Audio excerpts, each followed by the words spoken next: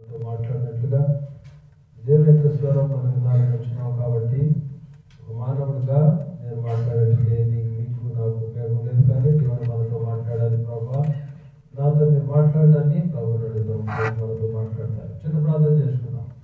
సర్వశక్తి మందిరా, మీరు ఒకే ఒక దేవుడవు, మా పితరైనటువంటి అబ్రహాము యాకోబు దేవుడవు, ప్రభావం ముందున్నటువంటి తరాల్లో మీరు ఉన్నటువంటి దేవుడవు, మా పక్షాన కూడా మీరు ఉంటున్నందుకు నీకు వందనాలు. ఈ కాలశీల దగ్గరకు వచ్చినాం. ఈ యొక్క ఆదివారము పరిశుద్ధముగా మీరు ఆచరించమని చెప్పినారు. మీ దగ్గరకు వచ్చినాం. మిమ్మల్ని ఇప్పుడు వరకు మీ స్థితిలో పాటల ద్వారా మిమ్మల్ని స్థుతించడానికి మీరు ఇచ్చిన ధన్యతగా నీకు వందనాలు. ప్రభా మా హృదయం అంతటితో మీ స్థితిలో మేము ప్రార్థన చేసి పాటలు పాడినట్లయితే దేవుని ఆత్మను మేము ఈ యొక్క ఆవరణలోకి మేము ఇన్వైట్ చేసేటువంటి వారిగా ఉంటాం. ప్రభా ఆ రీతిగా మీరు మా మధ్యకి మీరు వచ్చినందుకు నీకు వందనాలు. మీరు నాతో మాతో మీరు మాట్లాడమని యేసుక్రీస్తుని అడుగుతున్నాం తండ్రి. ఆమె దయచేసి కూర్చున్నాం. దేవుని యొక్క వాక్యం నుంచి 46వ కీర్తన చదువుకుందాం. దయచేసి అందరూ కూడా మీ బైబిల్స్ చూడండి. బైబిల్స్ తీసుకొచ్చారు అందరూ?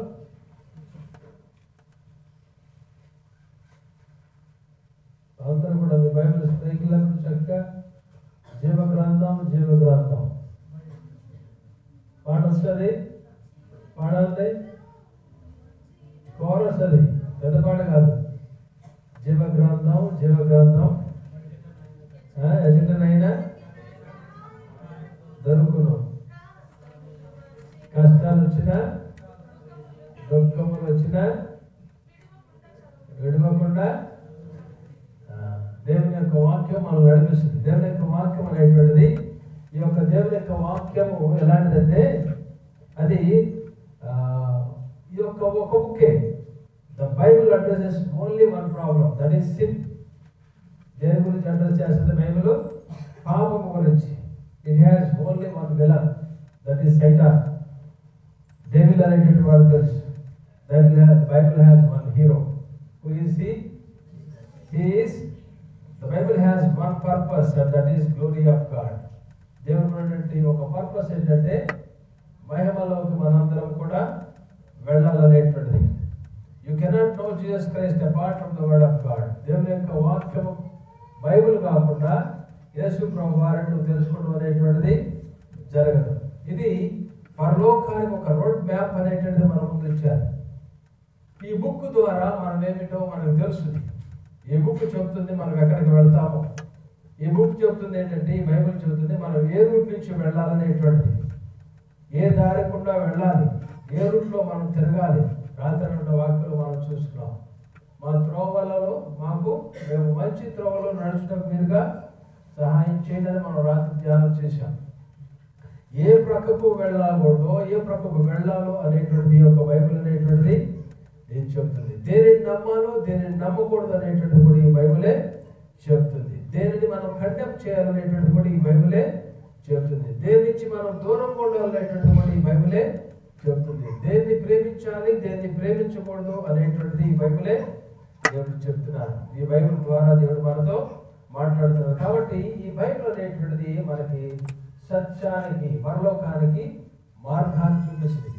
మనం ఏమై ఉన్నామో, అందుకని భక్తుడు ఏమంటాడు, మా రహస్య పాపాలు నీ ముఖకాంతిలో కనబడినట్లుగా. దేవుని యొక్క సన్నిధిలోకి మనం వచ్చినట్లయితే నీవేంటో నేనేంటో మన అంతరంగాలు దేవుడు చూపిస్తారు. కాబట్టి we are not ashamed to carry the word of God. దేవుని యొక్క వాక్యాన్ని మనం మోయటానికి మనం సిగ్గుపడేటువంటి వారిగా ఉండకూడదు. దేవుని యొక్క వాక్యాన్ని మోయటానికి సిగ్గుపడతాం చాలాసార్లు, కానీ ఈ బైబిలే మనం రక్షిస్తుంది. ఈ బైబిలే పరలోక మార్గంలోకి తీసుకెళ్తుంది. కాబట్టి నేను లోకంలో జీవించిన వాడినైనా సరే, ఇంజనీరింగ్ చదివేటప్పుడు నేను బైక్ మీద కాలేజీకి వెళ్ళేవాడిని. నా హృదయంలో దేవుని యొక్క వాక్యాన్ని పెట్టుకునేవాడిని కాదు, కానీ నా పాకెట్లో మాత్రం న్యూ టెస్ట్మెంట్ పెట్టుకునేవాడిని. ఎందుకంటే అది నన్ను కాపాడుతుంది అనేటువంటిది అదొక విశ్వాసం నాకు. అందుకని దేవుని యొక్క వాక్యం 90వ కీర్తనలో ఏం చూస్తాం? నీ కుడి పక్కన 1000 మంది పడ్డను, 10,000 మంది పడ్డను, అపాయం నీ వద్దకు రాదు. ఆ పాప మన దగ్గర ఉన్నటువంటిది, ఆ పాప తేజశ్రీ తన కరెంట్ షాక్ కొట్టినప్పుడు తను అదే విశ్వాసంతో ఉందంట. అందరూ అనుకున్నారు చనిపోయినారు, కానీ చనిపోయింది అనుకున్నారు అంత కరెంట్ షాక్ కొట్టినప్పుడు. మన మధ్య ఉంది ఆ పాప. కానీ తను చెప్పేటువంటిది ఏంటంటే తన జీవితంలో తనకు అవిశ్వాసం అనేటువంటిది ఉంది. ఏంటి ఆ విశ్వాసము? అవిశ్వాసము కాదు, ఆ విశ్వాసం. 91 కీర్తన ఉన్నట్టుగా ఏంటది? ఎడమ పక్కన కుడి పక్కన 1000 మంది 10,000 మంది పడేను, అపాయం మన ఎందుకు రాదు. దేవుని యొక్క వాక్యము సత్యం చూపెట్టుకున్నాం కాబట్టి దేవుని యొక్క వాక్యాన్ని మనము మోసేటటువంటి వారిగా, హృదయంలో దాచుకునేటువంటి వారిగా, I have hidden your word that I might not sin against you. నా హృదయంలో నేను పాపము, నేను వాక్యము దాచుకున్నాను కాబట్టి నీకు వ్యతిరేకంగా నేను పాపము చేయకుండానట్లుగా. హృదయంలో దేవుని యొక్క వాక్యాన్ని మనం దాచుకుని ధ్యానం చేసినట్లయితే పాపము దగ్గరకు వచ్చినప్పుడు యోసేపు వలె దాని నుంచి మనం ఏమవుతాం? పారిపోయేటువంటి వారికి ఉంటాం. దాని ఏం చేసినాడు?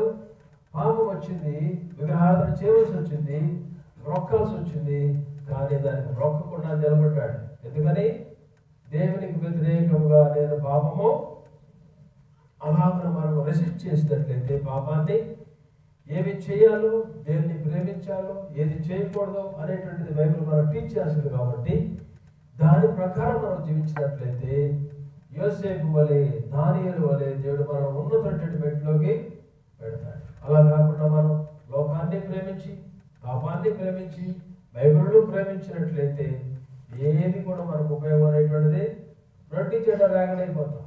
అటో కాలు ఇటో కాలేస్తాం. కొన్నిసార్లు ఆ పడం మీద కాలేస్తారు, ఈ పడం మీద. నేను అన్ని దేవుడు మొక్కుతానండి, ఎవరికి వ్యతిరేకపోతుందండి.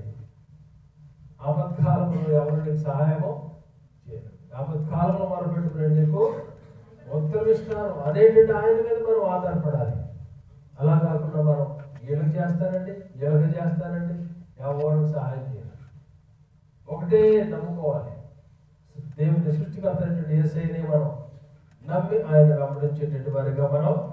కాబట్టి దేవుని యొక్క వాక్యాన్ని మనము హృదయంలో దాచుకునే వారిగా, ధ్యానం చేసేటువంటి వారిగా, దాని ప్రకారం నడుచుకునేటువంటి వారికి ఉన్నట్లయితేనే మనలో రాజ్యం. కొంతమంది బైబిల్ బాగా చదువుతారు, కొంతమంది బైబిల్ బాగా బైహార్ట్ చేస్తారు, బాగా చెప్తారు, కానీ ఏం చేయరు? పాటించరు. పాటించకపోయినట్లయితే what is the use? Rules and regulations అన్నీ రాసుంటుంది. కొన్నిసార్లు మనం రోడ్డు మీద వెళ్తూ ఉన్నప్పుడు 30 kilometre speed, 60 kilometre speed, you have to take right turn, left turn అన్నాడు. ఆ రైట్ టర్న్ చెప్తాను, నేను ఎందుకు వెళ్ళాలి, నేను లెఫ్ట్కి వెళ్తానంటే కింద ఉంటుంది, పెద్ద అగాధం ఉంటుంది, అందులో పడిపోతా. దేవునికి వాక్యం చెప్తుంది మరి నువ్వు ఎలా ఉండాలి, యోసేపు లాగా నువ్వు ఉండాలి, దానియేలు వలె నువ్వు ఉండాలి, నువ్వు రైట్కి వెళ్ళు, లెఫ్ట్కి వెళ్ళు అని దేవునికి వాక్యం చెప్తున్నప్పుడు దాని ప్రకారం మనం జీవించినట్లయితే అది మనకు మేలు, నిత్య రాజ్యంలోకి మనల్ని తీసుకెళ్తుంది. కాబట్టి దేవుని యొక్క వాక్యాన్ని మనం క్యారీ చేయాలి, దాని హృదయంలో దాచుకునేటువంటి వారిగా. 46వ కీర్తన చూడండి ఒకసారి, అందరం కలిసి చదువుదాం.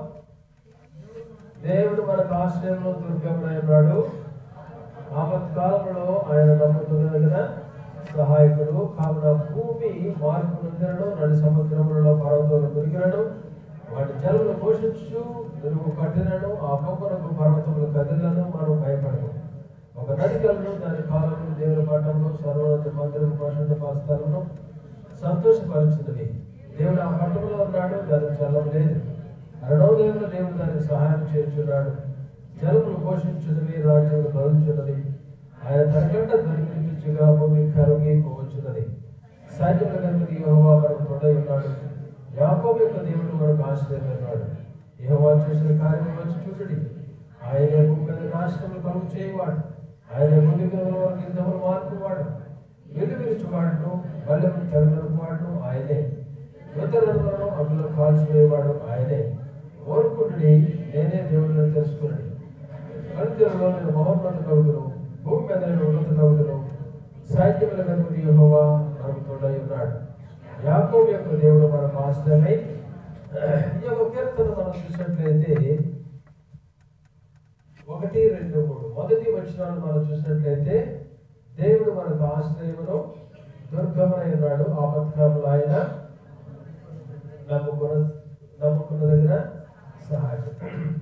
దీన్ని డివైడ్ మనం చేసినట్లయితే 2-3 వచనాలు ఒకటిగా ఉంటుంది, 4, 5, 6 వచనాలు ఒక దాని గురించి ఉంటుంది, 8, 9, 11 వచనాలు అంటే 8, 9 వచనాలు ఒక దాని గురించి రాయబడింది. 3 పార్ట్గా మనం దీన్ని ధ్యానం చేయవచ్చు. మొదటి పార్ట్గా మనం చూసినట్లయితే ఇక్కడ 7, 11 వచనాలు కూడా ఒకసారి మనం చదవండి. సైన్యములకు అధిపతి యెహోవా మనకు తోడై ఉన్నాడు, యాకోబు యొక్క దేవుడు మనకు ఆశ్రయమై ఉన్నాడు. సైన్యములకు అధిపతి యెహోవా మనకు తోడై ఉన్నాడు, యాకోబు యొక్క దేవుడు మనకు ఆశ్రయమై ఉన్నాడు. ఇదేం చెప్తుందంటే ఈ యొక్క వాక్యము, ఈ యొక్క కీర్తన ఏం చెప్తుందంటే మొదటి 2-3 వచనాలు చేసి సృష్టి గురించి చెప్తుంది. భూమి మార్పు పొందినను, నడి సముద్రములో పర్వతములు మునిగినను, వాటి జలములు ఘోషించుచు నురుగు కట్టినను, ఆ పొంగులకు పర్వతములు కదిలను, మనము భయపడము. ఈ యొక్క నూతన సంవత్సరంలో 2వ ఆదివారంలో మనం ఉన్నాం. మన ముందు అనేకమైనటువంటి సంవత్సరంలో అనేకమైన ఉపద్రవాలు రావడానికి వస్తాయి. గత సంవత్సరం చూసినాం, ఇంతకుముందు సంవత్సరాలు మనం చూసినాం. అనేకమైనటువంటి అడ్డులు వచ్చినాయి, ఆటంకాలు వచ్చినాయి, అనారోగ్యాలు వచ్చినాయి, శ్రమలు వచ్చినాయి, ఇబ్బందులు వచ్చినాయి, మరణాలు మనం చూసినాం. అనేకమైనటువంటి మన జీవితాల్లో మనం చూసినాం. 23వ సంవత్సరం, 22వ సంవత్సరం, 21వ సంవత్సరం, ఆ కోవిడ్ దగ్గర నుంచి అందరికి కూడా సిక్నెస్ అనేటువంటి రకరకాలుగా వచ్చేసింది. నిన్న నేను అక్కడ చూస్తే ఒకసారి దగ్గు అనేటువంటిది స్టార్ట్ అవుతుందంట. కొత్త రకం దగ్గు 100 రోజులు వస్తుందంట. ఆ కోల్డ్ అనేటువంటిది 2-3 నెలలు పోవట్లేదంట. అంటే కోవిడ్ తర్వాత రకరకాలైనటువంటి, అలానే ఈ కోవిడ్ ఇంకా తగ్గడం అనేటువంటిది లేదు. ఈరోజు మనం చూస్తే బెంగళూరు, కర్ణాటక బెంగళూరు అనేటువంటి హైయెస్ట్ నంబర్ అంట. JR1 ఉంది కదా, దానికి JR1కి హైయెస్ట్. డిసెంబర్ మాసంలో దగ్గర 10,000 మంది చనిపోయారంట. అంటే ఇది పోలదిగా ఉంది. కాబట్టి ఇంకా ముందు ఏమేమి వస్తాయో, మన ముందు అనేకమైనటువంటి ఉప్పెనలు, ఉపద్రవాలు ఏం జరుగుతుందో, దేవుని యొక్క రాకడకు మనం దగ్గర వెళుతున్న కొద్ది ఉపద్రవాలు అనేటువంటి అనేకమైన కెలామిటీస్ మన జీవితంలో, ప్రపంచంలో అందరికి వచ్చేటువంటివి. అలాగే మన పర్సనల్గా కూడా అనేకమైనటువంటి ఉపద్రవాలు రావడానికి ఆస్కారం అనేటువంటిది ఉంది. మనం అందులో నుంచి వచ్చినాం. 24వ సంవత్సరంలో ఏమీ రాదు, అంత ప్రశాంతంగా ఉంటుంది అనుకుంటానికి అవకాశము లేదు. ఏదో ఒకటి వస్తుంది మన ముందు, అనేకమైనటువంటి వాటిని మనం చూడబోతున్నాం. కాబట్టి ఇక్కడ భక్తులు చెప్తున్నటువంటి మాట ఏంటంటే మనము భయపడము. మొట్టమొదట చెప్పి దేవుని యొక్క వాక్యం మనం చూస్తున్నాం ఏంటంటే భూమి మార్పు నొందినను, నడి సముద్రములలో పర్వతములు మునిగినను. భూమి మార్పు నొందినను అంటే ఏం జరుగుతుంది? భూమిలో చేంజెస్ వస్తున్నాయట. భూమిలో రకరకాలైనటువంటి దాన్ని తిరిగేటువంటి స్పీడ్ విషయంలో ఒక వెనకటి రోజుల్లో నేను చిన్నప్పుడు పొలం వెళ్ళేవాడిని. పొలం వెళ్ళినప్పుడు ఎడ్లు బండి మీద వెళ్ళినప్పుడు ఆ బండి మీద ఎక్కినప్పుడు కొన్నిసార్లు ఆ చక్రంలో నుంచి ఒక సౌండ్ వస్తూ ఉంటుంది, కిర్రు కిర్రు మన సౌండ్.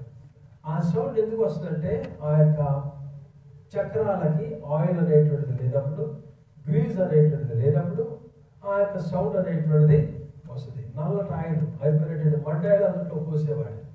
అలాగే బండ్లకు కూడా, వెహికల్స్ కూడా ఆ బేరింగ్ అనేటువంటిది పోతున్నప్పుడు ఆ సౌండ్ వస్తూ ఉంటుంది. అలానే బ్రేక్ షూ అనేటువంటిది, బ్రేక్ షూ అది అరిగిపోయినప్పుడు కూడా ఆ సౌండ్ అనేటువంటిది వస్తుంది. అలాగే భూమిలో కూడా కొన్ని రకరకాలైనటువంటి సౌండ్స్ అనేటువంటివి వస్తున్నాయట. భూమిలో ఆ స్పీడ్ మరి వేరే వస్తుంది, ఎవరు అదే స్పీడ్తో ఉంది, కానీ ఆ కిర్రు అనేటువంటి సౌండ్ అనేటువంటిది కొన్ని రకరకాలైన వింత సౌండ్లు అనేటువంటివి భూమిలో నుంచి వస్తున్నాయట. అందుకని భక్తులు ఇక్కడ ఏం చెప్తారంటే భూమి మార్పు నొందినను. ఒకవేళ అలాంటి సౌండ్స్తో భూగర్భంలో అనేకమైనటువంటి కదలికలు అనేటువంటిది వచ్చినాను, నడి సముద్రంలో పర్వతములు మునిగినాడు. సముద్రంలో పెద్ద పెద్ద పర్వతాలు ఉంటాయి. దేవునికి వాక్యం ఉంది, పెద్ద పెద్ద పర్వతాలు. ఆ పర్వతాలు కదులుతున్నప్పుడు, పర్వతాలు వాల్కనోస్గా బద్దలవుతున్నప్పుడు సునామీలు అనేటువంటిది రావడం అనేటువంటిది జరుగుతుంది. నడి సముద్రంలో పర్వతములు మునిగినను. కొన్ని సంవత్సరాల క్రితం మనం చూసినాం. రీసెంట్గా కూడా మరి సునామీ కాదు కానీ జపాన్లో ఎర్త్క్వేక్ వచ్చినప్పుడు మనుషులు అందరూ అలాగే వెహికల్స్ అలా కొట్టుకోవడం అనేటువంటి మనం చూస్తాం. పర్వతములు ములిగినను వాటి జలములు ఘోషించుచు నురుగు కట్టినను ఆ పొంగులకు పర్వతములు కదిలినను మనము భయపడము. అంటే ఇక్కడ మనం అనుకుంటాం భూకంపాలు వచ్చినా, సునామీలు అనేటువంటిది వచ్చినా, ఏమి జరిగినా సరే పర్వతము సముద్రంలో కొన్ని కదలికలు అనేటువంటి జరిగినప్పుడు చాలా మన మానవుని యొక్క జీవితానికి రకరకాలైనటువంటి అంటే దాని యొక్క ఇంపాక్ట్ అనేటువంటిది ప్రజల మీద పడుతుంది. దాని మీద ఆ ఇంపాక్ట్ అనేటువంటిది మన మీద పడుతుంది. బిజినెస్లో కానీ లేదంటే ఆ యొక్క ఎఫెక్ట్ అనేటువంటిది మన మధ్యన పాకిస్తాన్లో ఆ యొక్క బార్డర్లో వచ్చినప్పుడు మన ఢిల్లీలో కూడా 6.1 ఎంతో ఎర్త్క్వేక్ మ్యాగ్నిట్యూడ్ వచ్చింది. అలాగే చుట్టుపక్కల వచ్చిన లేదా ఇంకో ప్రాంతంలో మనకి ఆ యొక్క ఎర్త్క్వేక్ అనేటువంటిది వచ్చినా దాని ఇంపాక్ట్ అనేటువంటి కొంత కదలికలు అనేటువంటిది జరుగుతుంది. అందుకని భక్తులు చెప్పేటువంటిది ఏంటంటే నేచర్లో అనేకమైనటువంటి విపత్తులు వచ్చినా సరే మనము భయపడము అనేటువంటిది ఇక్కడ భక్తుడు చెప్తున్నాడు. ఎందుకని మనం భయపడము? 7వ వచనము, సైన్యముల యెహోవా మనకు తోడై ఉన్నాడు. దేవుడు మనకు తోడై ఉన్నాడు కాబట్టి మనము భయపడము. అలాగే మనం 4, 5, 6 వచనాలు మనం చూసినట్లయితే చదవండి. అక్కడ దాని కాలువలు దేవుని పట్టణములో సర్వోన్నతుని మందిరపు పరిశుద్ధ స్థలములో సంతోషపరచు. దేవుని పట్టణములో దేవుడు ఆ పట్టణములో ఉన్నాడు. దాని చలనం అనేటువంటిది ఏది? ఆ పట్టణము యెరూషలేము అనేటువంటిది దేవుని యొక్క పట్టణం. దేవుని యొక్క పట్టణం యెరూషలేము అనేటువంటి దాని గురించి మనం చూసినట్లయితే ఆ యెరూషలేము అనేక సార్లు డిస్టర్బ్ అయింది. మనం చూసినాం. మనం కనుక మీరు చూసినట్లయితే దేవుని యొక్క వాక్యంలో దాని మీదకి ఐగుప్తీయులు వచ్చారు, ఇశ్రాయేల్ దేశం మీదకి. అలాగే మనం చూస్తాం సిరియన్స్ వచ్చారు, అష్షూరీయులు వచ్చినారు. మనం చరిత్రలో మనం దానియేలు గ్రంథంలో మనం చూసినప్పుడు ఎవరెవరు వచ్చారు? బాబిలోన్ ఫస్ట్ వచ్చింది ఎవరు? బబులోను వాళ్ళు వచ్చారు. దాని తర్వాత మాదీయులు, పార్సీకులు వచ్చినారు. దాని తర్వాత ప్రపంచాన్ని జయించినాడు ఎవరు? Great Alexander, Greece. దాని తర్వాత రోమన్స్, పెద్ద సామ్రాజ్యంగా అయిపోయింది. సో మనం కనుక ఇశ్రాయేల్ చరిత్రను కనుక మనం చూసినట్లయితే ఇశ్రాయేల్ దేశం మీదకి ఇంతకు ముందు, అంటే ఇప్పుడు దాడి కాదు కానీ ఇంతకు ముందు 52 సార్లు దాడి చేయబడిందట.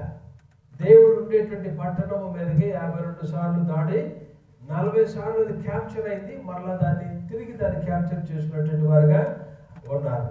23 సార్లు ముట్టడి చేసినారంట. దాన్ని 23 సార్లు ముట్టడి చేయబడింది. అయినను అది అలాగనే ఎన్నిసార్లు అది యాషెస్గా అయిపోయింది. బాబిలోనియన్లు వచ్చినప్పుడు నెబుకద్నెజరు దేవుని యొక్క ఆలయాన్ని పూర్తిగా ఏం చేసినాడు? కాల్చివేసినాడు. అందుకనే దేవుని యొక్క ఆలయం ఇప్పుడు అలాగే ఉంటుంది. ఏం కనపడుతుంది? ఇప్పుడు వేలింగ్ వాల్ ఒక్కటే అక్కడ కనపడుతుంది. అందుకని యూదులందరూ వెళ్ళి ఆ వేలింగ్ వాల్ మీద దాని వైపు తిరిగి వాళ్ళు ప్రార్థన చేస్తారు. ఇశ్రాయేల్ దేశంలో యూదులందరూ వెళ్ళేది ఎందుకు? దానికి మెయిన్ ఆ ప్లేస్కి వెళ్ళి వాళ్ళు ప్రార్థనలో జరిగిస్తారు. కాబట్టి ఏమీ లేదు, ఆ వేలింగ్ వాల్ ఒక్కటే మిగిలింది అక్కడ. అంటే ఆ పట్టణము యెరూషలేము అనేటువంటిది దేవుని యొక్క ఆలయం ఉండేటువంటి ఆ ప్లేస్ లో దేవుని యొక్క ఆలయాన్ని నెబుకద్నెజరు పాడు చేసినారు. యెరూషలేము అనేటువంటిది అలాగ నాశనం అయింది, కానీ అది రీక్యాప్చర్ అయిపోయింది. ఎందుకని దేవుడు అక్కడ ఉన్నాడు, దేవుడు ఆ పట్టణంలో ఉన్నాడు. దానికి చల్లం అనేటువంటిది లేదు. ఎన్నిసార్లు వచ్చినాను దేవుడు సైన్యముల అధిపతి యెహోవా మనకు తోడై ఉన్నాడు. చెప్పండి, ఇది మాట చెప్పండి. దేవుడు కనుక యెహోవా మనకు తోడై ఉన్నాడు. యాకోబు యొక్క దేవుడు మనకు ఆశ్రయమై ఉన్నాడు. 4 నుంచి 6 వచనములలో మనం చూసేటువంటిది ఏంటంటే యెరూషలేము మీదకి ఎన్నిసార్లు ఈ యొక్క ఇతర దేశములు వారు వచ్చినారు, దానిని ఎవరు కూడా ఏమి కూడా చేయలేరు అనేటువంటి దానిని ఇక్కడ మనం చూస్తున్నాం. అలాగే మనం చూసినట్లయితే 8 నుంచి యెహోవా చేసిన కార్యములు చూడండి. ఆయనే భూమి మీద నాశనమును కలుగు చేయవాడు, ఆయనే భూదిగంతముల వరకు యుద్ధములు మాన్పువాడు. ఇక్కడ ఈ 3 పాయింట్లు మనం ఏం చూస్తున్నామంటే యుద్ధములు, ప్రపంచంలో అనేకమైన యుద్ధాలు మనం చూస్తున్నాం. ఇంతకు ముందు మనం ఏ యుద్ధాలు చూసేవాళ్ళం? చెప్పండి, ఇంతకుముందు ఏ యుద్ధాలు చూసినాం? చిన్నప్పుడు కాదు, చిన్నప్పుడు సంవత్సరంలో అనేకమైన యుద్ధాలు వచ్చినాయి. ఇప్పుడు రీసెంట్ ఇయర్స్ లో 80-85 ఆ టైం నుంచి ఇరాన్ ఇరాక్ వార్ ఎక్కువ కనపడుతుంది. అది ఎక్కువ. దాని తర్వాత రీసెంట్గా మనం చూస్తున్నాం, రీసెంట్గా రష్యా వచ్చేసి ఉక్రెయిన్ మీదకి వస్తుంది. వాడు అలాగనే బాగా పెరగాలని చూసినాడు, కానీ మరి సత్తు కూడా అయిపోయినట్టు ఉంది రష్యా వాడికి. అలాగనే కొంత ఆగుతున్నాడు, కానీ యుద్ధం ఆగల, జరుగుతూనే ఉంది. అలాగే ఇప్పుడు మనం చూస్తున్నాం ఇస్రాయేల్ దేశం విషయంలో మనం చూస్తున్నాం. ఇస్రాయేల్ మీదకి ఎవరెవరు వచ్చినారు? హమాస్ వారు, హిజ్బుల్లా వారు. పక్కనటువంటి అక్కడే వేసేసినారు. ఎంత ఇన్వెస్ట్మెంట్ చేశారో చూడండి. ఆ యొక్క ఎందుకు అవన్నీ టనల్స్ చేయడానికి ఎన్ని కోట్ల రూపాయలు, 300 కిలోమీటర్లు, 200 కిలోమీటర్లు, 1 కిలోమీటర్ ఒక బిల్డింగ్ కట్టాలంటే ఎన్ని కోట్ల రూపాయలు అవుతుంది, ఎన్ని మిలియన్స్ ఆఫ్ డాలర్స్. బుద్ధి లేనటువంటి వాళ్ళు ఈ యొక్క అమెరికా వాళ్ళకి ఇచ్చారు. ఎవరికి ఇచ్చారు? ఇరాన్కి ఇచ్చారు. అంతకుముందు ప్రెసిడెంట్ ఎవరో ట్రంప్ ముందు ఉండేవాడు కదా, ఒబామా ఎన్నో $1 మిలియన్ ఇరాన్కి సపోర్ట్ చేశాడు. అవన్నీ ఏం జరిగింది? వాడంతా కూడా హిజ్బుల్లాకి, హమాస్ వాళ్ళకి ఇచ్చేటట్టు వాడుకున్నాడు. వాళ్ళు ఏం చేసినారు? దేవుని యొక్క పట్టణమైనటువంటి యెరూషలేము మీదకి దాడి చేయడానికి, ఇశ్రాయేలు దేశాన్ని నాశనం చేయాలనే ఉద్దేశంతో ఆ యొక్క అలాస్కా అనేటువంటి మాస్క్, ఏంటి అలాస్కా మాస్క్ ఎక్కడది? ఏముంది అంతకుముందు అక్కడ? అలాస్కా మాస్క్ ఏముంది అక్కడ? దేవుని యొక్క మందిరం. ఎవరు కట్టారు ఆ మాస్క్ని? ఆ మాస్క్ కాదు, ఆ మందిరాన్ని ఎవరు కట్టారు? సొలొమోను కట్టేటువంటి మాస్క్. సో మాస్క్ దేవుని మందిరమా? ఎప్పుడు కట్టాడు సొలొమోను? తన తండ్రి కడతానని డిసైడ్ అయినాడు. దేవుడిని అడిగాడు, ప్రభా నేను కడతాను, నేను మంచి ప్లేస్ లో ఉంటున్నాను కదా, మరి నేను నీ యొక్క ఆలయాన్ని కట్టాలి అనేటప్పుడు నువ్వు కదయా, నీ చేతులు రక్తముతో రెండారు, నీ కుమారుడైనటువంటి వాడు కడతాడు. సొలొమోను వచ్చినాడు, దేవుని యొక్క ఆలయాన్ని బ్రహ్మాండంగా కట్టాడు, చాలా గొప్పగా ఘనముగా దాన్ని కట్టాడు. సొలొమోను మైలుగా మనం చూసేటువంటిది ఏంటంటే, దాన్ని డెడికేట్ చేసే టైంలో సొలొమోను ప్రార్థన చేసినప్పుడు దేవుని యొక్క అగ్ని దిగి వచ్చింది, దేవుని యొక్క ఆత్మ అక్కడికి వచ్చింది. ప్రజలందరూ కూడా పిలిపించి అనేకమైన దహనబలు చేసి ప్రజలందరినీ కూడా దేవుని సన్నిధిలో దీవించిన వాడిగా సొలొమోను ఉన్నాడు. అంత ఘనముగా నిర్మించబడినటువంటి దేవుని యొక్క ఆలయము అనేక రీతులుగా, అనేక సంవత్సరాలుగా బాబిలోనియలు, మాదీయులు, పారసీకులు, ఈ యొక్క గ్రీక్ సామ్రాజ్యము, వీరందరూ కూడా బాబిలోన్ వచ్చినప్పుడే పూర్తిగా నాశనం అయిపోయింది. దాన్ని ఏం చేసినాడంటే 596లో దాన్ని పూర్తిగా దాన్ని ఒకసారి 605లో వచ్చినాడు, దాని తర్వాత 597, దాని తర్వాత 586 అనమాట. 3 సార్లు వచ్చినాడు బబులోనీయులు, నెబుకద్నెజరు ఆ యొక్క దేవుని యొక్క ఆలయాన్ని పూర్తిగా నాశనం చేసినాడు. అదుటువంటి ఉపకరణాలన్నింటి కూడా తీసుకెళ్ళిపెట్టిన వాడికి ఉన్నాడు. ఈ రీతిగా దేవుని యొక్క ఆలయం, ఆ యొక్క ఇశ్రాయేలు దేశాన్ని ఈ యుద్ధము చేసి దాన్ని నాశనం చేయాలని చూస్తున్నారు. మరలా అది రీబిల్డ్ అవడం అనేటువంటి చూస్తున్నాం. అయితే ఈ యొక్క ఇశ్రాయేలు దేశం మీదకి ఈ యొక్క హమాస్ వీరు, హిజ్బుల్లా అనేటువంటి వీరు దాన్ని అటాక్ చేయడానికి అనేక కోట్ల రూపాయలు దాన్ని ఖర్చు పెట్టారు. కానీ ఇశ్రాయేలు కాపాడువాడు కొనుగడు నిద్రపడు. అందుకని దేవుని యొక్క వాక్యాలు ఇక్కడ మనం చూసినట్లయితే యెహోవా వారికి తోడుగా ఉన్నాడు. 7వ వచనంలో యాకోబు యొక్క దేవుడు మనకు ఆశ్రయమునై ఉన్నాడు. అయితే ఈ ప్యాసేజ్ లో ఈ యొక్క 8, 9 విషయాలు మనం చూసినట్లయితే ఇది దేని గురించి వచ్చింది అనేటువంటిది మనం చూసినట్లయితే అనేకమైన యుద్ధాలు జరిగినను. మొట్టమొదటి మనం చూస్తున్నాం నేచురల్ కెలామిటీస్ అనేటువంటిది. రెండవది యెరూషలేము మీదకి అటాక్ చేసినారు. దేవుని యొక్క ఆలయము, దేవుడు ఉండేటువంటి ప్లేస్ అనేటువంటిది, యేసు ప్రభువారు జన్మించినటువంటిది, యేసు ప్రభువారు నడిచినటువంటిది, యేసు ప్రభువారు సమాధి వేయబడింది, ఆయన యొక్క మినిస్ట్రీ చేయబడింది, యేసు ప్రభువారు తిరిగి లేచేటువంటిది అదే ప్లేసు, యేసు ప్రభువారు మరలా వచ్చేటువంటిది కూడా అదే ప్లేస్. కాబట్టి అది దేవుని యొక్క ప్లేస్ అయి ఉంది. కాబట్టి సైతానుడు యేసు ప్రభువారు ఈ లోకానికి వచ్చినప్పుడు ఆయన పుట్టకూడదు అనేటువంటి రీతిలో సైతానుడు అటాక్ స్టార్ట్ చేసినాడు.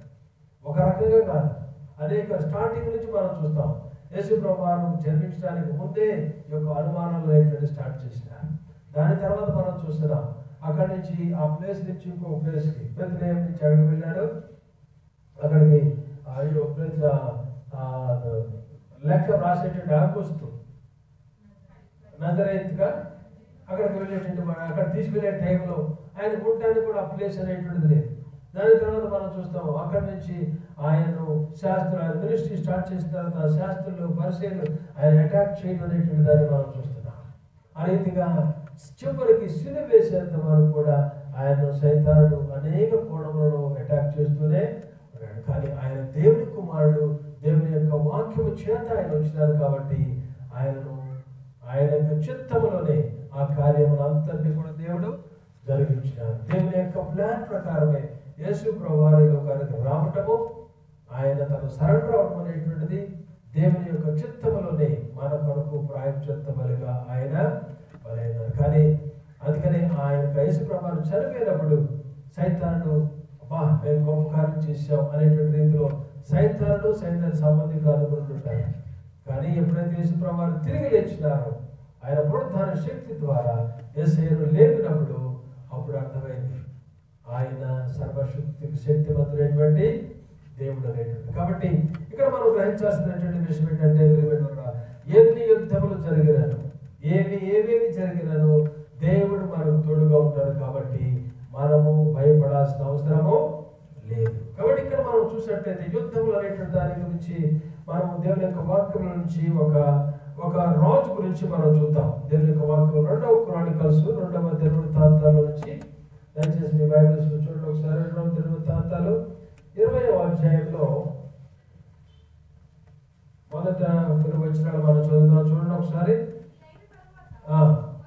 మోయాబీయులు, అమ్మోనీయులు, మయోనీయులు కొందరును దండెత్తి యెహోషాపాతుకు వచ్చి ఆవల నుండి స్త్రీల తట్టు నుండి గొప్ప సైన్యం ఒకటి మీదకి వచ్చుచున్నది, చింతగించుము, అససోత్తామరం అను ఎనిగిదిలో ఉన్నారని యెహోషాపాతుకు తెలియచేది. అందుకు యెహోషాపాతు భయపడి యెహోవా యొద్ద విచారించుటకు మనసు నిలుపుకొని యోధా ఎందంతటి ఉపవాసము ఆచరించారు. ఇక్కడ మనం చూసినాం 40వ అధ్యాయంలో మనం చూసినాం కీర్తన 46 చూసినంటే నేచర్ లో అంటే సృష్టిలో ఎన్ని విపత్తులు జరిగినా సరే, యెరూషలేము మీదకి ఎలాంటి దాడి జరిగినా సరే, ఈ లోకంలో అనేకటువంటి యుద్ధములు అనేకటువంటి ఊహించినటువంటి కార్యములు జరిగినను దేవుడు మనకు తోడుగా ఉంటాడు. తన బిడ్డలటువంటి వారిని దేవుడు కాపాడుతాడు. అయితే ఎవరిని ఎలా కాపాడుతాడు అంటే దేవుని బిడ్డలుగా మనం ఉన్నాం. దేవుని బిడ్డలుగా ఉండటం అంటే మనం ఎలా ఉండాలి అంటే నా పేరు దావీదు పెట్టుకున్నాను, నేను దేవుని బిడ్డగా ఉన్నాను, దేవుడు నాకు సహాయం చేస్తాడు, కాపాడుతాడు అనేటువంటిది కాదు అక్కడ సిద్ధాంతం. అక్కడ ఏంటంటే మనం గ్రహించాలనేటువంటిది దేవుని యొక్క వాక్యానుసారముగా మనము జీవించాలి. దేవుని యొక్క బిడ్డలుగా మనం అడుగులు వేయాలి. ఆయన యొక్క మాట చొప్పున మనం జీవించే వారిగా ఉండాలి. దేవుని యొక్క వాక్యం ఏమి చెప్తుంది దాని ప్రకారం మనం జీవించే వారికి ఉన్నట్లయితేనే దేవుని యొక్క హస్తము మనకు తోడుగా ఉన్నది. ఇశ్రాయేలు ప్రజల వారి జీవితంలో మీరు చూడండి, దేవుని యొక్క వాక్యము ప్రకారము వారు జీవించినప్పుడు దేవుడు వారికి తోడుకున్నాడు. ఒకనొక టైంలో మనం చూస్తాం దేవునికి వ్యతిరేకముగా వారిలో ఆయాసం వచ్చింది, దేవునికి వ్యతిరేకముగా సర్వుడు గొడుగుడు వచ్చింది, దేవునికి వ్యతిరేకముగా వాళ్ళు మాట్లాడారు. కాబట్టి దేవుడు ఈవెన్ మోసే విషయంలో కూడా దేవుడు ఎక్కడ వెనకాల వేయలేదు. దేవుని యొక్క వాక్యములకు తూచా తప్పకుండా ఉంటేనే దేవుని యొక్క హస్తము మనకు తోడుగా ఉంటుంది. ఇశ్రాయేలు వారు అక్కడి నుంచి బయలుదేరి వస్తున్నప్పుడు వారి యొక్క అవిశ్వాసాన్ని బట్టి 40 సంవత్సరాలు అక్కడే తిరిగినటువంటి వారిగా ఉన్నారు.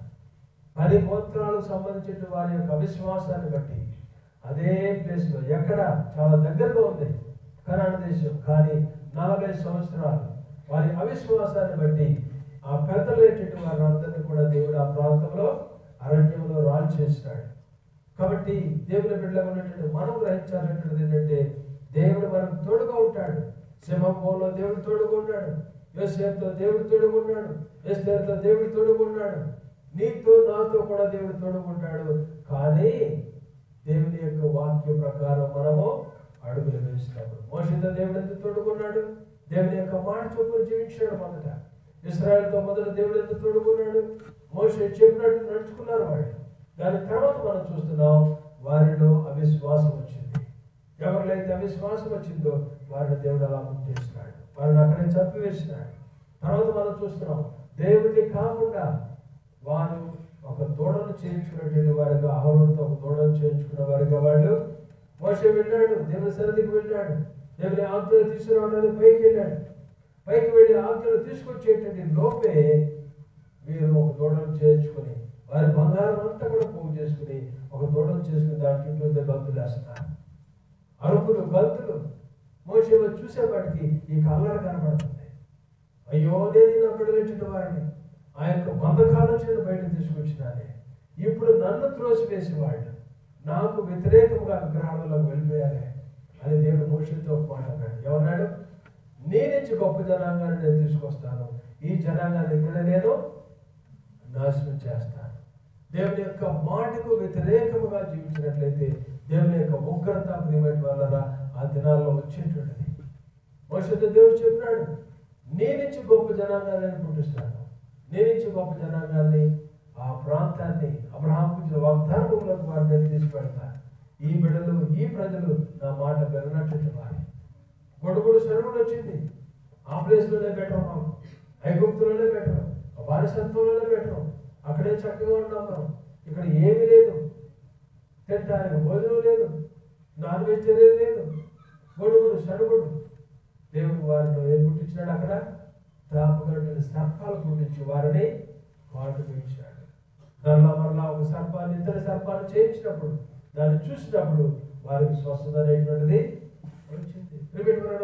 దేవుని యొక్క వాక్యంలో మనం చూసినట్లయితే ఇష్టమైనటువంటి వారిలో దేవుడు వారికి తోడుగా ఉన్నాడు. ఎప్పుడు? వాక్యము విన్నప్పుడే. మన జీవితంలో కూడా 24 సంవత్సరాలు 2 ఆదివారంలో మనం ఉన్నాం. ఈ ముందు ఎన్నో దినాలు, ఎన్నో సంవత్సరాలు మనం ముందుకు వెళ్ళాలి. దేవుని యొక్క కాపుదల అవసరం మనకి. రానటువంటి విపత్తుల్లో, ప్రకృతి విపత్తుల్లో, ఇబ్బందుల్లో, ఆటంకాల్లో, సమస్యల్లో, అనారోగ్యంలో దేవుని హస్తం నీకు తోడుగా ఉండాలంటే దేవుని యొక్క వాక్యానుసారంగా నువ్వు జీవించాలి. నీవు ఆ సరుగుడు గొడవ ఉండకూడదు, అవిశ్వాసం అనేటువంటి ఉండకూడదు.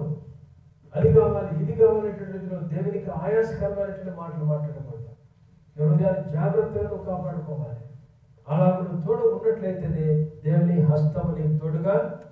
ఇక్కడ యెహోషువ మీదకి వచ్చేసినారు. ఎవరెవరు వచ్చినారు? ఇక్కడ మోయాబీయులు, అమోనీయులు, మొయానీయులు కొందరు దండెత్తి యెహోషువ మీదకి.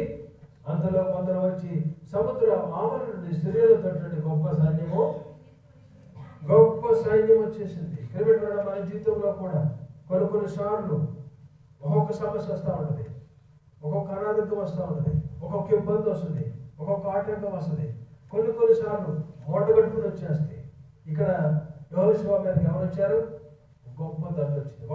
ఒక దేశం వారు కాదు వచ్చింది. అమోనీయులు, మొయాబీయులు, అమ్మోనీయులు, మొయానీయులు యెహోషువ మీదకి వచ్చినటువంటి వారుగా వారు ఉన్నారు. మన జీవితంలో కూడా అనేక సార్లు మరి మీకు వచ్చినే లేదు కదా, ఒకేసారి అటాక్ అయిపోతాయి. కొన్నిసార్లు మనం రెసిస్టెన్స్ తగ్గిపోయినప్పుడు కోవిడ్ వచ్చినప్పుడు జరిగినటువంటిది ఏంటంటే మనలో ఉన్నటువంటి ఇమ్యూనిటీని పూర్తి తగ్గించేస్తారు.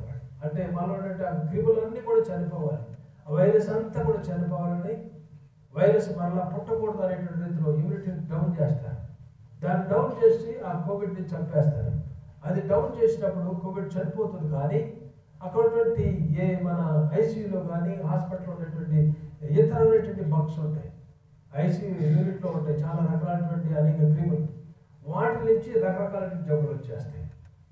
ఆ యొక్క కోవిడ్ డౌన్ అవుతుంది, కానీ దాని తర్వాత అక్కడ మనం రెసిస్టెన్స్ ఉండదు. కాబట్టి దాన్ని బట్టి ఆ యొక్క రకరకాలైనటువంటి బగ్స్ మనలో వచ్చేసి అక్కడ వేరే ఇన్ఫెక్షన్స్ అనేటువంటిది వచ్చి చాలా మంది అలా చనిపోయినటువంటి వారు ఉన్నారు.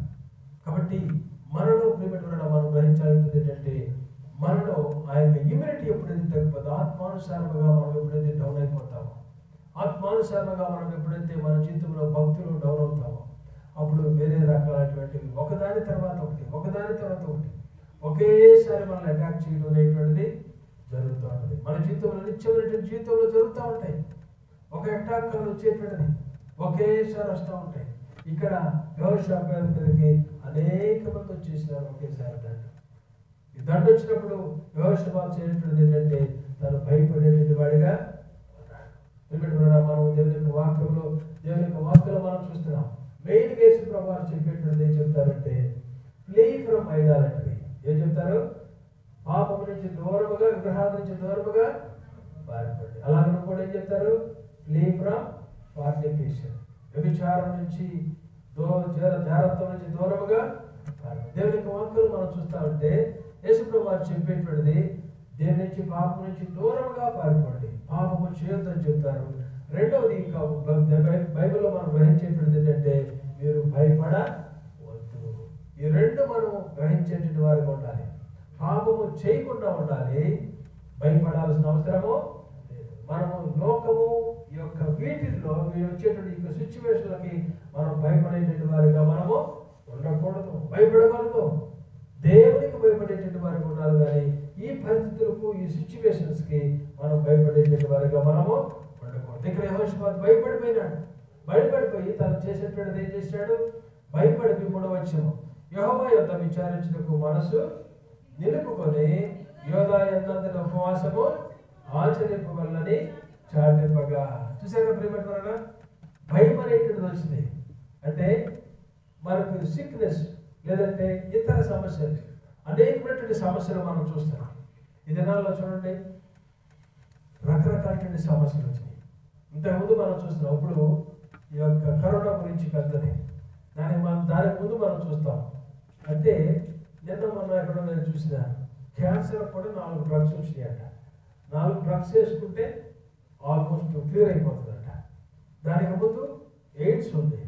ఎయిడ్స్ చాలా భయంకరమైన రోగం, ఒక భయంకరమైన అనారోగ్యం. దాని తర్వాత క్యాన్సర్ అనేటువంటిది భయంకరమైన అనారోగ్యం. ఈ మధ్యలో మనం చూస్తాం ఈ కోవిడ్ అనేటువంటిది. ఇంకా పరిస్థితుల్లో అనేకమైనటువంటి విపత్తులు, అనారోగ్యాలు, అనేకమైన బాధలు మనకి మానవ జీవితంలో వస్తూ ఉంటాయి. అనేకమైనటువంటి వాటిని మనం చూస్తున్నాం. ఏంటంటే ఫిజికల్గా భౌతిక సంబంధమైనటువంటి లాసెస్ అనేటువంటిది మనం చూస్తాం. ఆర్థిక సంబంధమైనటువంటి ఇబ్బందులు మనం చూస్తాం. కొన్నిసార్లు మనం అన్ఎంప్లాయ్మెంట్, చక్కగా ఉద్యోగం చేసేటువంటి వాళ్ళు చక్కగా సంతోషంగా ఆనందంగా ఉంటారు. సడన్గా వచ్చేస్తుంది న్యూస్, రేపటి నుంచి నీకు ఉద్యోగం లేదా కొంత ముందు చెప్తారు నీకు ఉద్యోగ సమస్య, అన్ఎంప్లాయ్మెంట్ అనేది వచ్చేస్తుంది. మంచిగా ఉండేటువంటి ఉద్యోగం ఒక్కసారి అలా డౌన్ అయిపోవడం అనేటువంటి జరుగుతుంది. చక్కగా అందంగా ఈఎంఐలు కట్టుకుంటాం, అన్ని కొనుక్కుంటూ ఉంటాం, చక్కగా ఎస్టాబ్లిష్ అవుతాం, బాగా ఉంటా ఉంటుంది. కానీ ఒకే ఒక టైంలో సడన్గా జరిగిపోతే ఏంటంటే ఉద్యోగం పోతాం అనేటువంటిది. కొన్నిసార్లు భార్యాభర్తలు ఉద్యోగం చేసి ఇద్దరికి ఉద్యోగాలు పోతాయి. ఒకదే జరిగిందంటే అదే జరిగింది. అమెరికా దేశంలో ఒక కుటుంబం భార్యాభర్తలు మంచి ఉద్యోగం చేసుకుంటున్నారు. తన బంధువు అతను ఉన్నాడంట, ఫ్రెండ్ మరి బంధువు, వాళ్ళని చూస్తానికి వెళ్ళాడంట. వాళ్ళని చూస్తానికి వెళ్తే ఇతను చిన్న ఉద్యోగం, వాళ్ళు మాత్రం ఇద్దరు కూడా మంచి ఉద్యోగాలు. సరే ఇతను చూస్తానికి వెళితే ఎంత లగ్జరియస్గా ఉందంట ఇల్లు, చాలా పెద్ద ఇల్లు అంట, చాలా చక్కగా మంచి ఇల్లు కొనుక్కున్నారు. అదేంటి ల్యాంబోర్గినియా, ఆ కారు పెట్టుకున్నాడంట మరి. ఒక కారు అది, ఇంకో కారు అది, ఇది కావు ఇది, ఇంకోటాము వాళ్ళ భార్య. 2 కార్లు చాలా లగ్జరీస్గా, పిల్లలు మంచి స్కూల్లో చదువుతున్నారట. ఇతను చూస్తే ఈ కుర్రాడి జాబ్ చూస్తే చాలా తక్కువ, అతనిలో 30% శాలరీ వస్తుంది. భార్య భర్తలు ఇద్దరికి చాలా ఎక్కువ శాలరీ, లగ్జరియస్ లైఫ్. వాళ్ళు ప్రతి నెలకి బయటకు వెళ్ళిపోతున్నారు, పిల్లలతో ఎంజాయ్ చేస్తున్నారు, చక్కగా డబ్బులు ఖర్చు పెట్టుకుంటున్నారు. ఈఎంఐలు ఇల్లు కొనుక్కున్నారు, ఈఎంఐలు ల్యాంబోర్గిని కొనుక్కున్నారు, ఈఎంఐలు BMW కొనుక్కున్నారు. కుటుంబం చాలా సంతోషంగా ఉంది, ఆనందంగా. ఇతను అనుకున్నాడు వీళ్ళు చాలా పెద్దాడు, మా ఊరాళ్ళే మా బంధువులే, కానీ వీళ్ళు ఆర్థికంగా చాలా ఉన్నతమైన మెట్లు వెళ్ళిపోయారు కదా, వీళ్ళతో మనకు ఎందుకులే అనుకున్నాడు. వెళ్ళేవులే, ముందు బాగా ఉన్నారు వాళ్ళు. కొన్ని రోజుల తర్వాత ఇది వెళ్తుంటే కూడా ఫ్రెండ్స్ వస్తున్నారు, మేము ఇవాళ బయటకు వెళ్ళాలి, మేము వేరే ప్లేస్కి వెళ్ళాలి, మళ్ళీ వచ్చే వారం కలుద్దాం, అలా పోస్ట్పోన్ చేయడం, కలవకుండా ఉండడానికి ప్రయత్నం చేస్తారట. సర్లే వీళ్ళ మాటలు విని ఇతను ఎందుకులే, వాళ్ళు చాలా పెద్ద అయ్యారు కదా, వాళ్ళ నుంచి మనం దూరంగా ఉందాంలే అని దూరంగా ఉంటాడు. అయిపోయింది 6 నెలలు అయిపోయింది, 8 నెలలు అయిపోయింది, సంవత్సరం అయిపోయింది. సంవత్సరం 3 నెలలు అయ్యేవాడికి ఒక ఫైన్ మార్నింగ్ మనాడింటికి వచ్చాడట. ఎవరైతే ఆ కుర్రాడు ఉన్నాడో అతను వచ్చాడట. ఫస్ట్ ఏంటి బాగున్నావు అన్నాడట. అంతకుముందు ఇద్దరు వెళ్తుంటేనే అతను పట్టించుకోలే, కానీ అతనే వచ్చాడు. అమ్మో బాగా ధనవంతుడు మా ఇంటికి వచ్చాడు, రాదా అన్నాడట. కూర్చోబెట్టి ఆ విండో నుంచి బయట చూస్తే ల్యాంబోర్గిని లేదు, గేమ్బోర్గిని లేదు, ఆ కారు లేదు, ఏదో చిన్న డొక్కు కారు వేసుకొచ్చాడట. ఏంటి సార్ ఏంటి అదొరకాము, ఎరా ఏంటి తమ్ముడు ఏంటి అన్నదేవాడు. ఈ చూసేపాటికి ఏం సార్లోకి వెళ్ళాడు. సరే ఇంటికి వచ్చేపాటికి ఏం సార్ ఏంటి ఎలా ఉన్నారు బాగున్నారంటే ఏం మాట్లాడాల. ఏంటి సార్ ఏది మీ కార్ ఏదంటే ఏమి మాట్లాడాల. ఏంటి సార్ ఈ కార్ ఏంటంటే ఏమి మాట్లాడాల. ఏం జరిగింది సార్ ఏంటంటే ఒకేసారి మా భార్యకు నాకు ఉద్యోగం వెళ్ళిపోయింది. ఇద్దరికి పోయింది. పోయి కూడా 2 నెలలు అయింది. ఉన్న డబ్బులన్నీ ఖర్చు పెట్టేసాం. ఈఎంఐలు కట్టలేక ఇల్లు సీజ్ చేస్తున్నాడు. ఈఎంఐలు కట్టలేక ల్యాంబర్ని సీజ్ చేశారు, అయిపోయింది. ఈఎంఐలు కట్టలేక ఈ కారు తీసేశాడు. ఏదో వాళ్ళు లోన్ పోయిన తర్వాత క్లియర్ అయిన తర్వాత కాసి డబ్బులు ఇచ్చారు. దాంతో చిన్న కారు కొనుక్కున్నాం. ఆ మాటలు చెప్పి కొన్ని రోజులు మీ ఇంట్లోకి వచ్చున్నావా అన్నారంట. ఎవరెవరో భార్య పిల్లలు ఒకటొక్క కారు.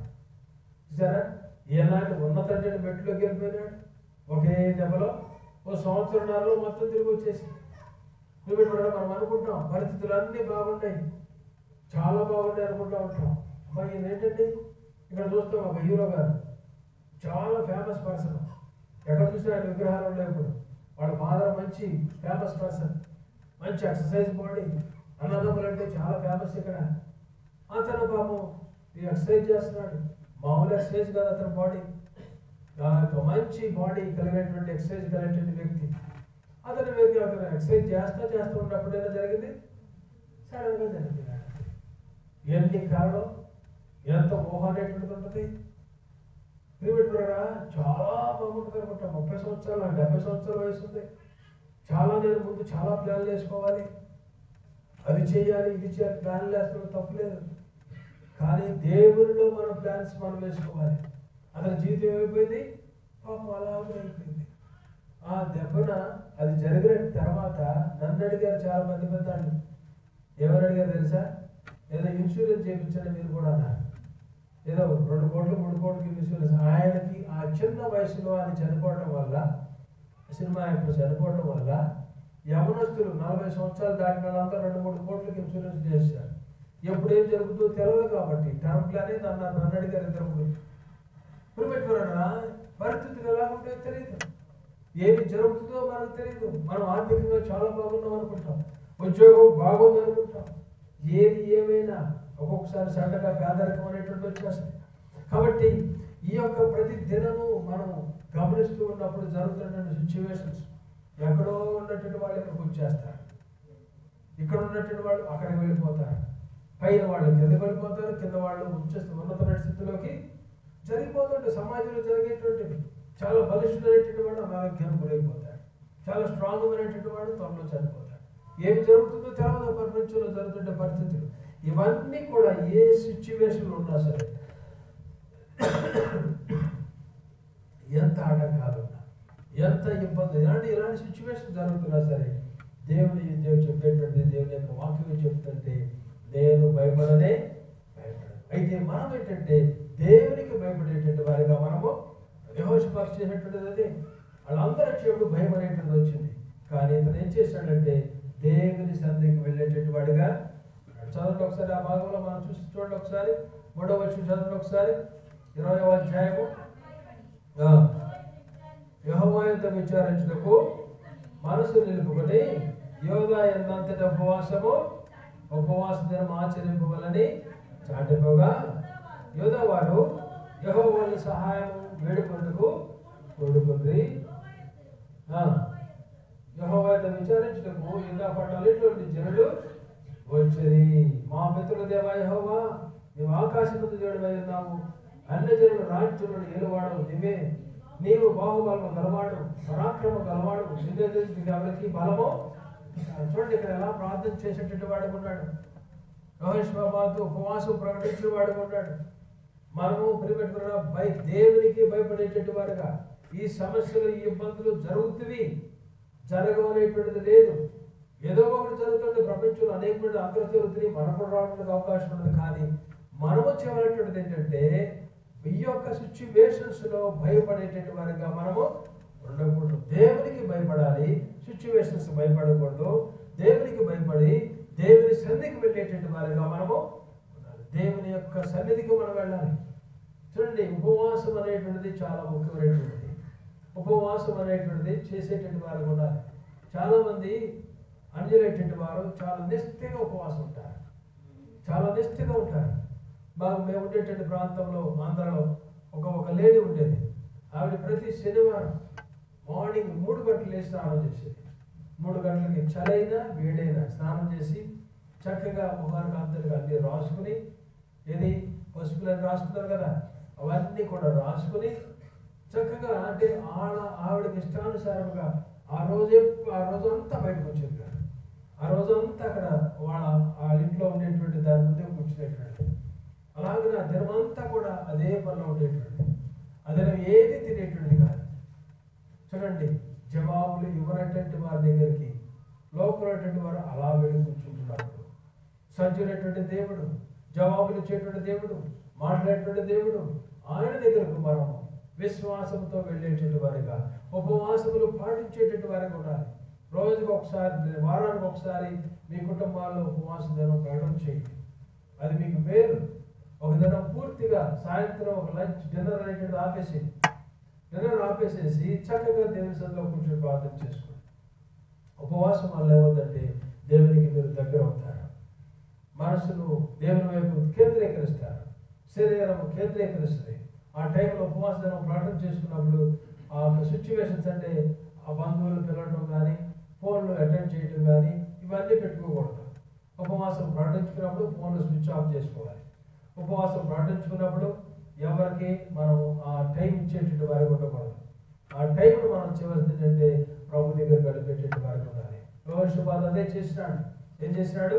దేవుని దగ్గరకు అందరినీ కూడా ఉపవాసం అనేటువంటిది ప్రకటన చేసేటువంటి వాడికి ఉన్నాడు. ఏమిటంటే మన ముందు అనేకటువంటి విపత్కరమైన సంఘటనలు జరుగుతాయి కాబట్టి ముందుగానే మనం సిద్ధపడేటువంటి వారిగా మనము ఉండాలి. దొరికేటువంటి పరిస్థితులన్నింటినీ కూడా మనము వాటికి భయపడక దేవునికి భయపడి దేవుని సన్నిధిలో ప్రార్థన చేసేటువంటి వారిగా మనము ఉండాలి. ఇక్కడ మనం చూసినట్లయితే ఇక్కడ యెహోషువ చెప్పేటువంటిది ఏంటంటే ఎలా దేవుని దగ్గరికి వెళ్ళాడు చూడండి. 12వ వచనం చూడండి ఒకసారి. మా దేవా, నీవు వారికి తీర్పు తీర్చవా, మా మీదకి వచ్చి గొప్ప సైన్యముతో యుద్ధం చేయటమును. చూడండి, ఇక్కడ 3 పాయింట్లు యెహోషువ చెబుతున్నాడు. తనందరూ తను డిక్లేర్ చేస్తున్నాడు. మేము అన్వర్తి, మా వల్ల కాదు, మీరే మాకు సహాయం చేయాలి అని ప్రభు దగ్గర ప్రార్థన చేస్తున్నాడు. ఏంటి నెంబర్ 1 పాయింట్ ఏంటంటే ఇక్కడ మాకు శక్తి చాలదు, మా వల్ల కాదు ప్రభా, మేము బలహీనటువంటి వారము, బలహీనటువంటి వారిని బలాఢ్యులుగా చేసేటువంటిది మీరు కదా ప్రభా, మాకు శక్తి లేదు ప్రభా, మేము పోరాడలేము ప్రభా. చూడండి పిల్లలు కూడా మనం పోరాడేటువంటిది అంధకార సంబంధమైనటువంటి ఎఫెసీయులకు రాసిన పత్రిక 6వ అధ్యాయం చూడండి ఒకసారి. 12వ వచనం చూడండి ఒకసారి. ఎఫెసీయులకు రాసిన పత్రిక 6:12. ఎలాగనగా మనము పోరాడున్నది శరీరంతో కాదు, కానీ ప్రధానులతోనూ అధికారులతోనూ అంధకార సంబంధమైన లోకనాథులతోనూ దురాత్మల సమూహముతో పోరాడుచున్నాం. చూడండి గురుపెట్టారా, మాకు శక్తి చాలదు. చూడండి, మనము చేయాల్సింది ఏంటంటే మనం చాలాసార్లు ఏం చేస్తూ ఉంటామంటే చాలాసార్లు మనం పోరాటం శరీర మాంసంతో కాదు, అది గ్రహించాలి. అందుకని మనం ఎవరితో పోట్లాడాల్సిన అవసరం లేదు. కొన్నిసార్లు మనకి ఇంట్లోనే ఫైటింగ్ వస్తుంది. భార్య భర్తల మధ్య రాదా ఆర్గ్యుమెంట్ జరగదా, ఫైటింగ్ జరగదా, నైబర్హుడ్స్తో రాదా పోరాటం, పోట్లాడమా, బంధువులతో రాదా పోట్లాడటం, చుట్టుపక్కల రాదా, అనేక సార్లు వస్తూ ఉంటుంది పోట్లాట. స్థలాల దగ్గర వస్తుంది పోట్లాట, ఆస్తి పంపకాల దగ్గర వస్తుంది పోట్లాట, చిన్నపిల్లల భోజనం దగ్గర ఫుడ్ దగ్గర ఎలా పోట్లాడుకుంటారో పెద్దవారు కూడా అనేక రీతులుగా పోట్లాటలు జరుగుతూ ఉంటాయి. జరుగుతూ ఉంటాయి. భార్య భర్తల మధ్య పోట్లాట జరుగుతూ ఉంటాయి. ఆర్గ్యుమెంట్ స్టార్ట్ అవుతుంది, ఫైటింగ్ స్టేజ్కి వెళ్ళిపోతుంది, నువ్వెంత నేనెంత. అందుకని ఈ దినాల్లో డైవర్స్ రేట్ ఎక్కువ వచ్చేసి ఆర్గ్యుమెంట్స్ ఎక్కువ. చూడండి, ఎప్పుడైతే మన పోరాటాలు మనం పోట్లాడుకుంటామో మనం అర్థం చేసుకోవాల్సింది ఏంటంటే ఈ యొక్క పోరాటం అనేటువంటిది సైతానుడు క్రియేట్ చేసేటువంటిది. భార్యాభర్తల మధ్య పోరాటం అనేటువంటిది సైతానుడు పెట్టేటువంటిది. ఈ పోరాటంలో మనం అర్థం చేసుకోవాల్సింది నోరు మూసుకోవడం అనేటువంటిది మనం తెలుసుకోవాలి. మనము ఈ పోట్లాట, ఈ యొక్క సిచ్యువేషన్ని దేవునికి అప్పచెప్పాలి. ఈ పోరాటం అనేటువంటిది వాడు క్రియేట్ చేసేటువంటి పోరాటం. ఈ యొక్క అనుమానం అనేటువంటిది వాడు క్రియేట్ చేసింది. భార్యాభర్తల మధ్య అనుమానం వస్తుంది, పోట్లాట అనేటువంటివి వస్తూ ఉంటాయి. భార్యాభర్తల మధ్య కాదు, బయట వాళ్ళతో వస్తూ ఉంటాయి. ఏ పోరాటం వచ్చినా రోడ్డు మీదకి వెళ్ళండి, ఆటో ఎక్కండి, వాడు 120 రూపాయలు అంటాడు, అక్కడ ఉండేది 119 ఉంటుంది. ఆ 119 ₹1, ఆడు 120 ఇవ్వండి అన్నాడు. ఆ ₹1 మనం పోట్లాట స్టార్ట్ చేస్తాం. షాప్లో కూరగాయలు వెళ్ళినప్పుడు వాడితో పోట్లాట స్టార్ట్ చేస్తాం. వాడు ఏదో మాట అంటాడు. ఒకసారి ఇక్కడ మా కొట్టు మటన్ షాప్, వాడి దగ్గరికి వెళితే కొడతాడు. కొట్టిన తర్వాత ఏమో ఇదంతా తీసేవా, ఇదంతా ఫ్యాట్ కదా, వద్దంటే ఇప్పుడు కావాలంటే తీసుకో లేకపోతే అంటాడు. ఎవరినో చూడటం, వాడు బిఎండబ్ల్యూకి వెళ్ళి వాడి దగ్గర ఆపి వాడిని నువ్వు అడిగినా 1 కేజీ మటన్ ఇవ్వని నీ బిఎండబ్ల్యూ కార్ వాడు చూసినా వాడు చెప్పేది అదే, కావాలంటే తీసుకో లేకపోతే ఇవ్వనంటాడు. ఏమైపోతే మనం బిఎండబ్ల్యూ మనం ఉంటుంది కదా, కొద్దిగా వెంటనే అరవడం స్టార్ట్ చేస్తాం. నేను ఒకసారి అట్లా స్టార్ట్ చేశాను. చివరికి మా కస్టమర్ అయ్యాడు, మా సప్లయర్ అయ్యాడు రెస్టారెంట్ టైంలో. అట్లా ఆ పోరాటం అనేటువంటి కోపం పెరిగిపోతుంది మనకి. ఎవడు పెడతాడు ఈ పోరాటం? ఎవడు పెట్టాడు ఈ పోరాటం? నీ బిఎండబ్ల్యూ నుంచి వచ్చిందా లేకపోతే ఆవిడ మటన్ షాప్లో వచ్చింది? ఎందుకు వచ్చింది? బిఎండబ్ల్యూ, ఆ మటన్లో వెళ్ళటం, అక్కడ నువ్వు చూడటం, ఇవన్నీ కూడా వాడి యొక్క సంకల్పం, వాడి ప్లాన్. అవన్నీ వాడు తెలుసు కాబట్టి నువ్వు ఏదో ఒక రకంగా వాడితో ఫైట్ చేయాలి. ఆ ఫైటింగ్లో మనం ఏం చేస్తామంటే, నువ్వు కనుక నువ్వు నీ భర్తతో నీ భార్యతో పోరాడినట్లయితే, నీ బంధువులతో అత్తమామలతో నువ్వు పోరాడినట్లయితే, లేదంటే మరుదులతో లేదంటే ఆడపిల్లలతో పోట్లాటలు వచ్చినప్పుడు ఈ కొట్టుకోవడం ఫైటింగ్లు, ఆడాళ్ళు బాగా జుట్లు పీక్కుంటారు. కొన్ని చూస్తే కనబడతాయి. బాగా మా చిన్నప్పుడు చూసేవాళ్ళం మేము. చిన్న చిన్న పోరాటాలు అంతే స్టార్ట్ అయిపోతాయి. మొగాళ్ళు కొట్టుకుంటారు. ఈ పోరాటాల్లో పెట్టుకోవడం గమనించాల్సింది ఏంటంటే, సైతాను పెట్టేటువంటి పోరాటాలు, అంధకార సంబంధించినటువంటి లోకనాథులు వాడు చేసేటువంటివి. మనము పోట్లాడినట్లయితే, నీ భార్యతో నువ్వు పోట్లాడి అన్నోడు దెబ్బలేసినట్లయితే, నీవు దేవునికి చోటు ఇవ్వలా, సైతానుడికి నువ్వు చోటు ఇచ్చావు. సైతానుడు ఇచ్చినావు నువ్వు చోటు, వాడికి ప్లేస్ ఇచ్చినావు. వాడు అనుకుంటాడు అది కొట్టుకుంటాను లేదు, ఇంకా కొట్టుకోవాలి, ఇంకా అరుచుకోవాలి, మళ్ళీ 10ంటికి ప్రార్థనకి వెళ్ళాలిగా, ఈలోపే పడిపోవాలి ఒక రౌండ్. ఆ పోరాటం అనేటువంటిది, ఆ ఫైటింగ్ అనేటువంటిది, ఈ గొడవ అనేటువంటిది, ఈ సమస్య అనేటువంటిది వాడు పెట్టేటువంటిది. కాబట్టి మనం చేయవలసినది ఏంటంటే, ప్రభా మా వల్ల కాదు ప్రభా, మేము శక్తిహీనులం ప్రభా, మాకు శక్తి చాలదు ప్రభా. ప్రభా ఇక్కడ వీడు ఏం చేస్తాడు, లోకనాథుడు అంధకార సంబంధించినటువంటి ఈ యొక్క దురాత్మల సమూహం ప్రభా మమ్మల్ని డిస్టర్బ్ చేస్తుంది ప్రభా. కాబట్టి మనం ఏంటంటే నోరు మూసుకునేటువంటి వారిగా మనము ఈ పోరాటాలలో దేవుని దగ్గరికి వెళ్ళేటువంటి వారికి ఉండాలి. నోరు మూసుకునేటువంటి వారికి ఉండాలి. వాళ్ళతో ఫైటింగ్స్, వాళ్ళతో అరవటాలు, వాటితో దెబ్బలు తింటాం, దెబ్బలు కొట్టించుకుంటాం, ఈ డిస్టర్బెన్స్ అన్నింటినీ కూడా మనము దేవుని మీద పెట్టేటువంటి వారిగా దేవునికి అప్పచెప్పాలి. నీవు కనుక నువ్వు పోరాడాలంటే సైతానుడికి నువ్వు లేసించావు. నీ ఆఫీసులో వచ్చే పోరాటం కానీ, కుటుంబంలో వచ్చే పోరాటం కానీ, బయట జీవితంలో వచ్చేటువంటి సమస్యల పోరాటాల్లో కానీ, ఊరికే మాటలు తెచ్చిపోతూ ఉంటాం. టక్కన మనం వెళ్ళిపోతాం. మనసంతా బాధ, మనసంతా వేదన, చిన్న చిన్న ఆర్గ్యుమెంట్ స్టార్ట్ అయిపోతుంది. కాబట్టి మనం గ్రహించాల్సింది ఏంటి, సైతానుడికి మనం ప్లేస్ ఇచ్చేటువంటి వారిగా మనము ఉండకూడదు. ఇక్కడ యెహోషాపాతు అనేటువంటిది ఏంటంటే, మాకు శక్తి చాలదు ప్రభా, మాకు తోచదు, మాకు జ్ఞానము లేదు ప్రభా, మాకు తోచదు. యెహోషాపాతు చెబుతున్నాడు, ప్రభా నాకు జ్ఞానం లేదు, మాకేమి తోయట్లేదు ప్రభా, ఏమి చేయాలో అర్థం కావట్లేదు ప్రభా. చూడండి, మనము దేవుని మీద ఆధారపడేటువంటి వారిగా ఉండాలి. యెహోషాపాతు చేయటువంటిది అదే, మాకు జ్ఞానం లేదు ప్రభా, మాకు వివేకం లేదు ప్రభా, మాకు తెలివి లేదు ప్రభా, ఇప్పుడు ఎలా వెళ్ళాలో తెలియట్లేదు. వాళ్ళు వచ్చేసినారు, ఒకేసారి వచ్చేసింది ప్రభా ఆర్థిక సమస్యలు, ఒకేసారి వచ్చేసింది ప్రభా బిడ్డలకు అనారోగ్యం, ఒకేసారి వచ్చేసింది ప్రభా డబ్బులన్నీ అయిపోయినాయి ప్రభా, ఈఎంఐలు వచ్చేసింది ప్రభా, ఏం చేయాలో తెలియట్లేదు ప్రభా, చాలా క్లిష్టమైన సిచ్యువేషన్కి వెళ్ళిపోయాను ప్రభా, నాకైతే జ్ఞానం లేదు ప్రభా, ఏం చేయాలో తెలవట్లేదు ప్రభా, మీరే నీ జ్ఞానాన్ని నాకు అనుగ్రహించండి. యెహోషాపాతు దేవుని మీద ఆధారపడుతున్నటువంటి వాడుగా, మాకు శక్తి లేదు ప్రభా, మాకు ఏమీ తోచట్లేదు ప్రభా, నీవే మాకు దిక్కు ప్రభా. ఏమన్నాడు, నీవే మాకు దిక్కు ప్రభా. మనము దేవుని మీద ఇలాగున ఆధారపడేటటువంటి వారిగా మనము దేవే ప్రభా. ఏ సిచ్యువేషన్ లేదు, మాకు జ్ఞానం లేదు ప్రభా, మాకు శక్తి లేదు ప్రభా, ఏ జ్ఞానం లేదు ప్రభా, మాకు మీరే పైనుంచి సహాయం మాత్రమే మాకు కావాలి ప్రభా. చూడండి, యెహోషువ టైంలో మనం ఏం చూస్తాం? 12వ వచనంలోకి వెళ్తే, యుద్ధంలో మీరు పోట్లాడవలసిన నిమిత్తం లేదు, యోధా వారులారా, యెరూషలేము వారులారా, యుద్ధ పంక్తులు తీర్చి నిలబడండి, మీతో కూడా యెహోవా దయచే రక్షణ మీరు చూచెదరు, భయపడకుడి, జడేకుడి, రేపు వారి మీదకి యెహోవా మీతో కూడా ఉండను. యెహోవా మీతో కూడా ఉండను. దేవుడు మన పక్షాన ఉండేటటువంటి వాడు. చూడండి, దేవుడు మనతో పాటు మన పక్షాన ఉన్నప్పుడు మనము అనేక సార్లు భయపడతాం.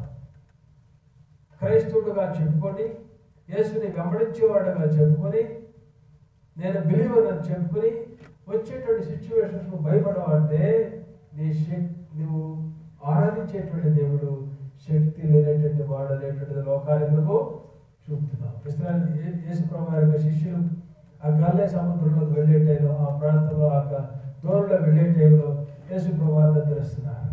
శిష్యులు ఏం చేస్తున్నారు? అక్కడ ఏమొచ్చింది? శిష్యులు బోట్లు వెళ్తున్నప్పుడు ఏమొచ్చింది? పెద్ద తుఫాను అనేటువంటి వచ్చింది. ఏమొచ్చింది? దాని తర్వాత ఏం చేసినారు? శిష్యులు భయపడిపోయినారు. అమ్మో, గొప్ప తుఫాను, గొప్ప తుఫాను, ఏం చేయాలి? అమ్మో అమ్మో అమ్మో.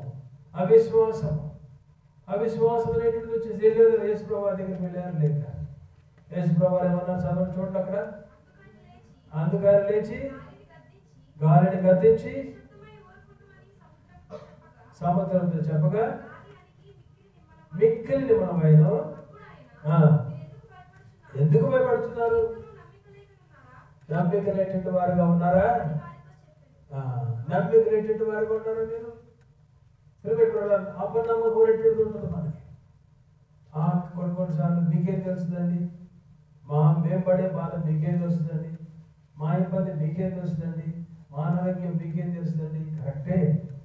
కానీ దేవుడు చెబుతున్నాడు, ప్రపంచ వ్యక్తికి తెలియకపోవచ్చు, నీ భార్యకు తెలియకపోవచ్చు నీకున్న సమస్యలు, నీ భర్తకు తెలియకపోవచ్చు నీకున్న ఇబ్బందులు, కానీ సజ్జనటువంటి దేవునికి ఎరుక.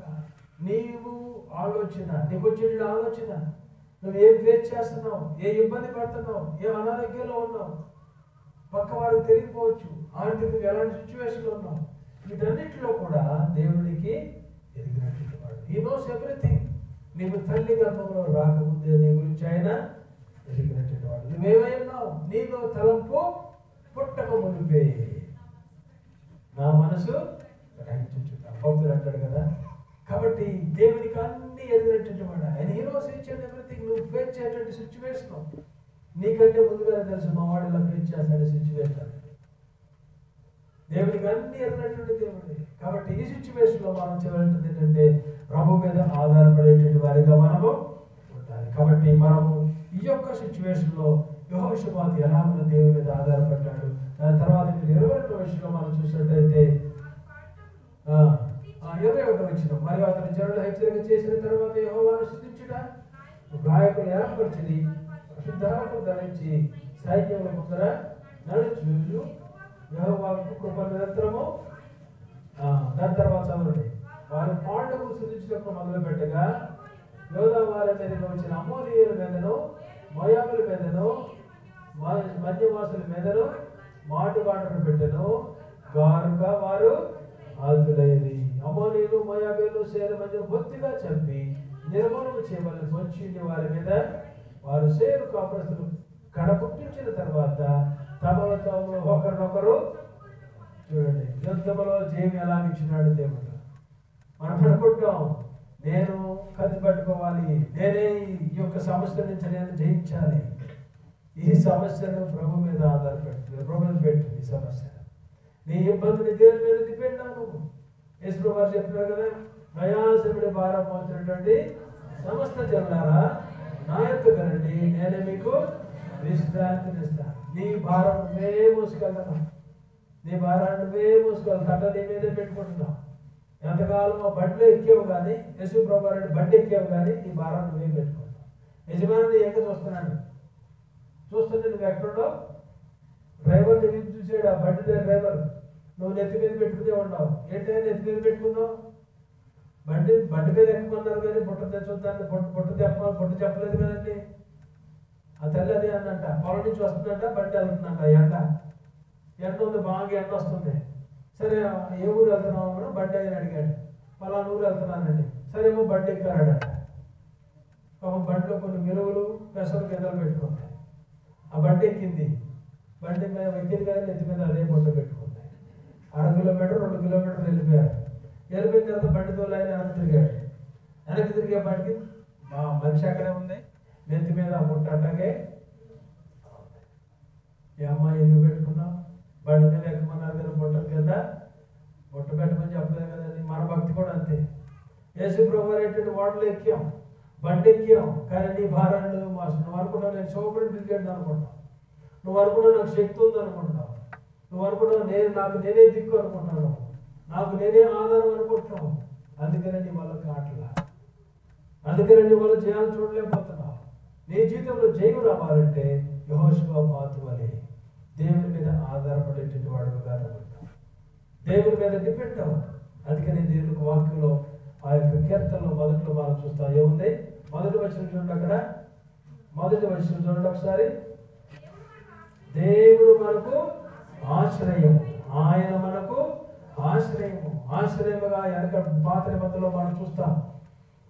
ఈ యొక్క గొర్రెలు మేపేటటువంటి వారు ఏం చేసేటువంటి వారు అంటే, మేకలకి గొర్రెలకు కొండలు అనేటువంటిది మౌంటైన్స్ ఆశ్రయంగా ఉండేటువంటివి. మనుషులు ఏంటంటే వారికి ఆ టైంలో కేవ్స్, గుహలు ఆశ్రయంగా ఉండేటువంటివి. ఈ యొక్క పాత నిబంధనలో మనం చూస్తాం. దావీదు గొర్రెలు కాసేటటువంటి వాడు, ఆ కొండల మీద తోలుకెళ్ళేటువంటి వాడు, అవి అక్కడ ఆశ్రయంగా ఉండేటువంటివి. అక్కడ దావీదు సౌలు మీద తరపడుతున్న టైంలో ఆ యొక్క కేవ్లో దాక్కున్నటువంటి వాడు ఉన్నాడు. ఆశ్రయం. అందుకనే ఆశ్రయం ఆశ్రయం ఆ పాట కూడా తెలుసా మీకు? యేసునాథా నీవే నాకు ప్రాధాన్యం కదే. ఆశ్రయం ఆశ్రయం యేసునాథా నీ ఆశ్రయము నా ఆశ్రయము. తిలకర్ గారు పాడేటువంటి పాట. దేవుడు మనకు ఆశ్రయం అనుకుంటున్నాం. దేవుడి వాక్యం చెబుతుంది మనకి, నీవే నాకు. భక్తుడు చెబుతున్నాడు ఇక్కడ, ఏమంటాడు? నీవు మాకు ఆశ్రయమును దుర్గమై ఉన్నావు. దుర్గం అంటే బలమైనటువంటిది, బలము కలిగినటువంటిది. దేవుడు శక్తివంతుడు, ఓమ్నిపోటెంట్ గాడ్. నీకు బలమునిచ్చేటువంటిది ఆయన. నీ ముందున్నటువంటి పోరాటాలలో బలవంతుడు నీ పక్షాలు ఉంటాడు. అందుకనే దావీదు ఎలా వెళ్ళాడు? గొలియాతు, పెద్ద గొలియాతు. ఆ గొలియాతు శిరస్త్రాణం పెట్టుకున్నాడు, చెస్ట్ పెట్టుకున్నాడు, అది పెట్టుకున్నాడు, ఇది పెట్టుకున్నాడు, ఇలా నడుస్తూ వచ్చినాడు. కానీ దావీదు ఎలా వచ్చాడు? ఎంతే ఉన్నాడు. దావీదు మాత్రం ఇదే క్యాండిడేట్. ఎలా ఉన్నాడు? ఇంత గట్టిగా ఉన్నాడా? ఏమి లేదు. దావీదు మాత్రం ముంగున్నాడు. అక్కడ 4 రాళ్ళు. ఎన్ని రాళ్ళు ఎత్తాడు? తీసుకున్నాడు 5 రాళ్ళు. అందులో ఎన్ని వాడాడు? ఒకే ఒక్కటి. చూసారా? దావీదు తీసుకున్నాడు. రారా, ఏమంటావు నువ్వు? జీవము కలిగినటువంటి దేవుని సైన్యాన్ని తిరగేస్తావా నువ్వు? సున్నతులైనటువంటి ఫిలిస్తీయుడా, నా దగ్గర నీ సంగతి చూస్తా. వాడికి అర్థం కాదు. ఎవరన్నా నేను కుక్కలు అనుకుంటున్నావు, కుక్కలాగా వస్తున్నావు, నీ అంత చూస్తా అన్నాడు. అంతే. కానీ దేవుడు దావీదు ఎవరితో పాటు వెళ్ళాడు? యుద్ధము యెహోవాదే. నీ యొక్క పోరాటములు, నీ యొక్క సమస్యలు, నీ యొక్క అనారోగ్యము, కుటుంబంలో నీ బిడ్డలు నీ మాట విన్నప్పుడు, భర్త నీ మాట విన్నప్పుడు, దేవుడి సన్నిధికి రానప్పుడు, ఈ పోరాటంలో అతలాకుతలైపోతే కుటుంబాలు. శాంతి ఉండదు, సమాధానం ఉండదు, ఆనందం ఉండదు. ఆస్తి ఉంటుంది, పాస్తులు ఉంటాయి, అన్నీ ఉంటాయి, కానీ ఆనందం లేనటువంటి రాత్రులు చాలా ఉంటాయి. పోరాటాలతో తతమతమైపోతూ ఉంటాం. ఈ దినాల్లో మనం ప్రియమైన నీ పోట్లాట నువ్వు చేసుకున్నట్లయితే, ఈ సమస్యలో నువ్వు అతలాకుతలం అయిపోయినట్లయితే, ఎన్నో రాత్రులు నిద్రలేటువంటి రాత్రులు గడిపేటువంటి వారిగా ఉంటాం మనం. ఇలాంటి సిచ్యువేషన్లో మనం చేయాల్సింది ఏంటంటే, దేవుని మీద మనం పూర్తిగా ఆధారపడేటువంటి వారిగా మనము, ఆయన దేవా నీవే నా బలము, నీవే నా ఆధారము ప్రభు. భక్తులు అన్నట్టు చూడండి, నువ్వు నాకు దుర్గమై, ఆశ్రయంలో దుర్గమనే, ఆపత్కాలంలో ఆయన నమ్ముకున్న దగ్గర హీస్ అవర్ ప్రొవైడర్. నీ సమస్యలు ఉన్నప్పుడు ఆయన నీకు భోజనం లేనప్పుడు ఆయన పోషించేటువంటి వాడు. నీకు బట్టలు లేనప్పుడు ఆయన ఇచ్చేటువంటి వాడు, ఉద్యోగం లేనప్పుడు ఆయన ఇచ్చేటువంటి వాడు, నేను ఇవ్వటానికి నివాసం లేనప్పుడు ఆయన ఇవ్వడానికి సిద్ధంగా ఉంటాడు. నీకు ఏదైతే అవసరమో is our provider, not only for small things, for each and everything whatever you are required. నీకు ఏది అవసరమో, నీకు ఏది అవసరమైనదో అది ఇవ్వడానికి ఆయన సిద్ధముగా ఆయన ఆశ్రయమును దుర్గమును నమ్ముకోదగినటువంటి సహాయం. విశ్రాంతి పెట్టిన వారు అరణ్యములు వెళుతున్నప్పుడు భోజనం లేదు, ఏం చేశాడు దేవుడు? ఆకాశాన్ని విప్పినాడు, మన్నాను కురిపించినాడు. నీరు లేవు, బండ దగ్గర చెప్పబోయా, బండలు కొట్టాడు, కొట్టాడు, అక్కడికి వెళ్ళాడు, వాటర్ వచ్చింది. దాని తర్వాత దేవుడు చెప్పాడు, దాన్ని కొట్టమాక, నువ్వేం చెప్పాడు? కొట్టదల్లా, దానితో నువ్వు మాట్లాడు. సరే, స్మాల్ మిస్టేక్ అనేటువంటి మోసం చేశాడు, కనాను దేశంలోకి ప్రవేశం. God is our provider. దేవుని యొక్క మాట వింటేనే దేవుడు నీకు ప్రొవైడర్గా ఉంటాడు. దేవుని మాటకు లోబడితేనే దేవునికి సహాయకుడుగా ఉంటాడు. దేవుని మాటకు విధేయం చూపిస్తేనే ఆయన దుర్గముగా ఉంటాడు. చూడండి, ఇక్కడ మనం చూసేటది ఈ ప్యాసేజ్లో ముగిస్తున్నాను. ఈ యొక్క ఇంగ్లీష్ బైబిల్లో మనం ఏం చూస్తామంటే, ప్రతి ఈ ఫస్ట్ 3 వచ్చిన తర్వాత సెల అని ఉంటుంది, తర్వాత 4, 5, 6, 7 వచ్చిన తర్వాత, తెలుగు బైబిల్లో 3 వచ్చిన తర్వాత సెల అనేటువంటిది ఉంది. ఇంగ్లీష్ బైబిల్లో 7 వచ్చిన తర్వాత సెల అనేటువంటిది ఉంటుంది. 11 వచ్చిన తర్వాత సెల అనేటువంటిది ఉంటుంది. ఇక్కడ మనం చూసినామంటే సెల అనేటువంటిది ఏంటంటే ఈ యొక్క మ్యూజిక్ నోటేషన్ అని. హిబ్రూ వర్డ్లో దానికి అర్థం ఏంటంటే pause and think of it. ఏంటి? Pause and think of it. ఇవన్నీ దేవుడు చెబుతున్నాడు, ఆగి ఆలోచన చేయి, ఆగి ఆలోచన చేయి. ఇక్కడ చూడండి, మనం గ్రహించాల్సింది ఏంటంటే డ్రాప్ సైలెంట్గా ఉండాలి. అంటే దేవుని యొక్క సన్నిధిలో ఇవన్నీ జరుగుతున్నా సరే నువ్వు ఎలా ఉండాలి అనేటువంటి రీతిలో మనం ఉండాలి. అన్నదనేటువంటి అవసరంలా, గొడవలు అనేటువంటి అవసరంలా, టయానికి చెయ్యాలి మనం. ఇలాంటి సిచ్యువేషన్స్ మన జీవితంలో జరుగుతున్నా, ఇక న్యాచురల్ కెలామిటీస్ వచ్చేసిన, యొక్క యుద్ధ సమాచారాలు వచ్చేసినా సరే, అనేక అనారోగ్యాలు మనం చుట్టుకుంటున్నా, మరణాలు మనం చూస్తున్నటువంటి వారు కూడా మనం చేస్తుందంటే ప్రభు సన్నిధిలో నెమ్మదిగా ఉండేటువంటి వారిగా be still that I am your God. నేను నెమ్మదిగా ఉన్నది. ఇక్కడ మనం చూస్తాం 10వ వచనం చూడండి, దీని అన్నిటికీ ముఖ్యమైనటువంటిది ఓర్పుడి, నేనే దేవుడిని. Be still I am your God. నేనే మీకు దేవుడిని అన్నాను. మీరు కామ్గా ఉండాలంటే, మీరు అరవకూడదు, డిస్టర్బ్ చేయకూడదు.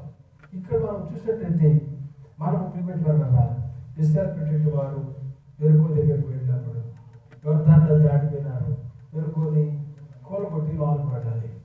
ఆ టైంలో దేవుడు చెప్పినాడు, రోజుకి ఎన్నిసార్లు ఏమన్నాడు? రౌండ్ ఎన్నిసార్లు ఏమన్నాడు? తర్వాత ఏం చెప్పారు? 7వ రోజున 7 సార్లు. కేకలు ఎప్పుడేమన్నారు? ఆ టైంలో కాపు కూడా ఉన్నారు, అరవమన్నారా? చూడండి, దేవుడి యొక్క జడ్జిమెంట్ రావడానికి ముందు సైలెన్స్ అనేటువంటి ఉంటుంది.